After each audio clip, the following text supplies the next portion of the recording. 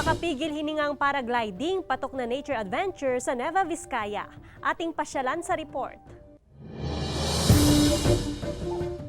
Sino ba naman ang hindi mapapawaw sa breathtaking view na tila abot na ang ulap at tanaw ang lunti ang bulubundukin, pati ang lambak at asul na agos ng tubig mula sa kailugan. Ito ang one-of-a-kind experience kapag sinubukan ang ipinagmamalaking extreme air sports na paragliding sa Ambagyo, Nueva Vizcaya.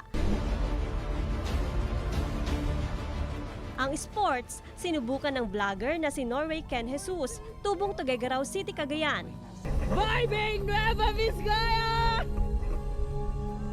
Actually po, hindi ko po ine-expect na ganun pala kasaya ang mag-paraglide. It's a way of releasing yourself into the world full of stress. Naging bentahe raw ng bayan ang topografiya nito para sa paragliding adventure. It meets the condition for yung thermal condition, wind condition, and syempre kailangan mong nasa taas, mataas ang elevation ng munisipyo na yon, so perfect siya for paragliding sport.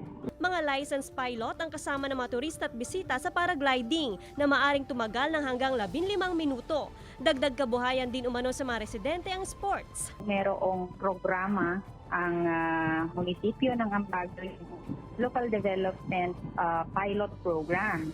So magte-train tayo ng mga local para makapagbigay ng job opportunities at employment sa mga local. Joan Punsoy, Balita Myanan.